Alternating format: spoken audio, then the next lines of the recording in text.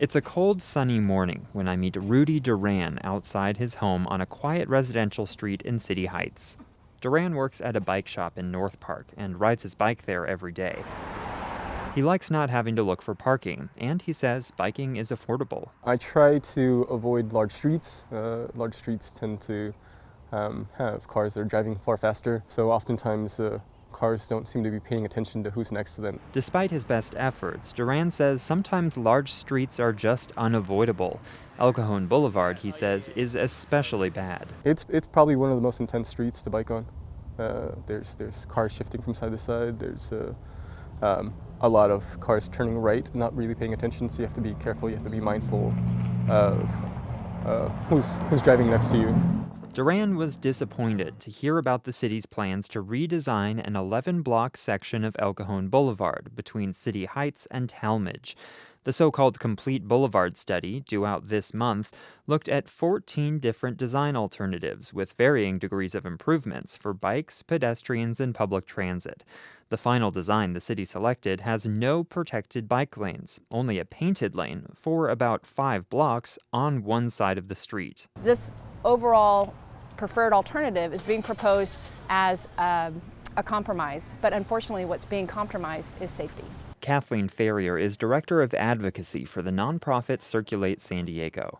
She says while there are plans for bike corridors on the residential streets north and south of the boulevard, those can't be seen as a substitute for bike lanes on the boulevard itself, because that's where the businesses are. People are going to continue to bicycle down El Cajon Boulevard because they want to directly access those stores. That's a good thing for stores because bicyclists will spend money in those stores, and so by providing them safe access where they want to be, they will be safer as a result. A study by Circulate San Diego found El Cajon Boulevard is the second deadliest corridor for traffic deaths in San Diego. Ferrier was one of the lead advocates for the city's Vision Zero plan to eliminate all traffic deaths by 2025. She says this boulevard study does make some good improvements to pedestrian safety, but for bicyclists, she says, it falls short.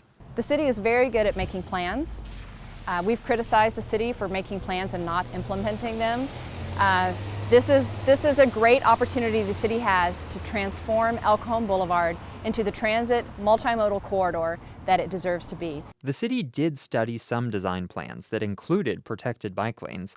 So why didn't they make the cut? Because some residents and business owners didn't like the trade-off with parking and narrower lanes of traffic. Kelly Wagoner lives in Talmadge and sits on the Volunteer Neighborhood Planning Group.